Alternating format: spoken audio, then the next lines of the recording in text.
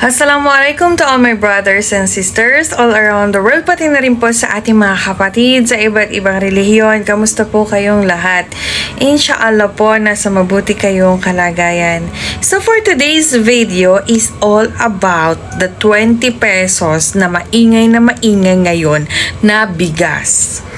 Sino na ba sa inyo ang nakabili na ng 20 pesos na bigas? OMG naman, President Marcos, ano bang tingin mo sa amin?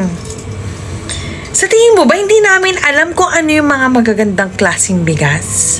Sa tingin mo ba hindi kami nakakain ng magagandang bigas?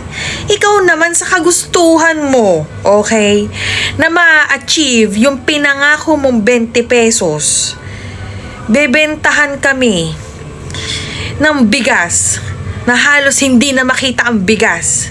Mas madami pa ang buhangin. Mas madami pa ang putik o yung pulbos. At yung amoy, mas masahol pa sa luma o sa mga laon kung tawagin na bigas. Ano ba akala mo sa amin? Hindi marunong tumingin ng magandang klase ng pagkain. Yes, we have the right para hanapan ka ng 20 pesos na bigas. Why? Because you promised it. Napapa-English ako. Pinangako mo yon. Kung hindi ka ba naman kasi nuknukan ng sinungaling, 'di ba? Ngayon, gagawin mo naman kaming timawa. Alam ko na yan. Sige na, ibenta nyo na yan. Ganyan. Mga salitang ganyan. Hayaan nyo na, sige, benta nyo na. At naghanap sila ng bento. O, sige, bigay ang hilig. Oh, malay ba nila kung anong klase bigas? Ikaw ba? Kaya mong kainin yung 20 pesos na yun? Sa bagay, di nga pala kumakain ng mga bangag. Alam ko, lunok-lunok lang ng laway yan, di ba? Inom-inom ng water, more fun. Ganon. Nakakalungkot. Ginagawa mong desperado ang sarili mo. Hindi mo ayusin ang trabaho mo. Ala ka pang na-achieve. Ala ka pang naipapakita sa amin na talagang, oh my God, buong Pilipinas sa tuwa sa'yo. Huwag mo isisi sa mga Duterte. Ala na si Tatay Digong, nasa dahig na. O baka isisi mo pa rin tong bigas na to, tong 20 pesos, sabihin mo, baka na naman Tatay Digong to, na ang pangit ang lumabas because of sabotage. Ay, nako. President Marcos, doon lang muna tayo mag-focus sa mga plataforma mo. May nangyari na ba sa mga plataforma mo?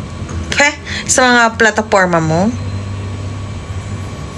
Mas madami ka pang kuday. Mas madami pang kuday ang clear mo. 'Di ba? Yang si speaker mo na si Attorney Claire Castro, mas madami pa siyang kuda.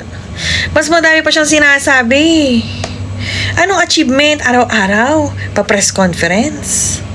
Ginawang YouTube platform. Ang press conference doon sa Malacanang. Bongga, 'di ba? All eyes on her.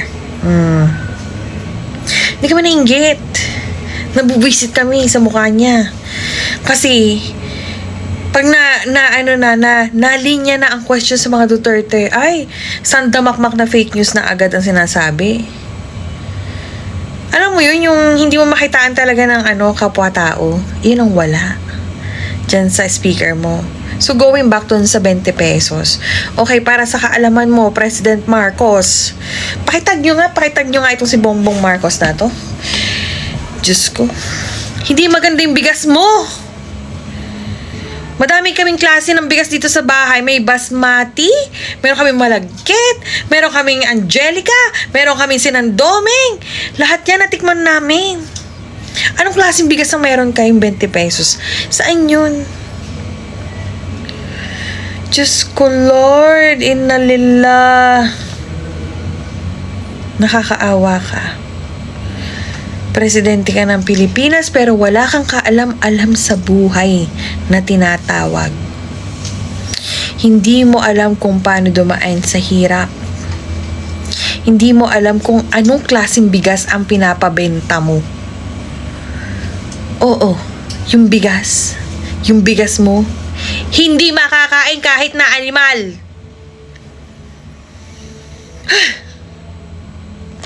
Pinapagalit mo ko? Diyos ko, pinapaaburido mo talagang buhay ko.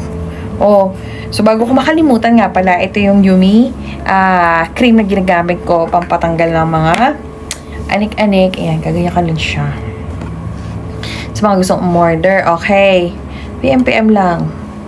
Ginaganyan ko lang siya. Night and day, ayan, application niya. Gaganyan lang tayo. May mga sabon, may set din naman ako. Pantanggal ng melasma, pantanggal ng mga, tawag dito.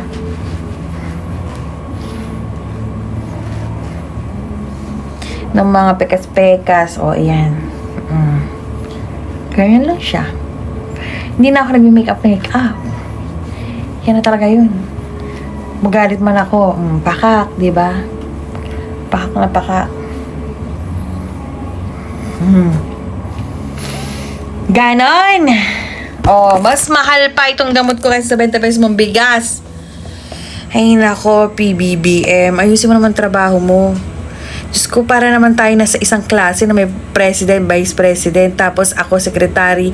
Tapos mga estudyante nagagalit sa'yo kasi wala kang accomplishment.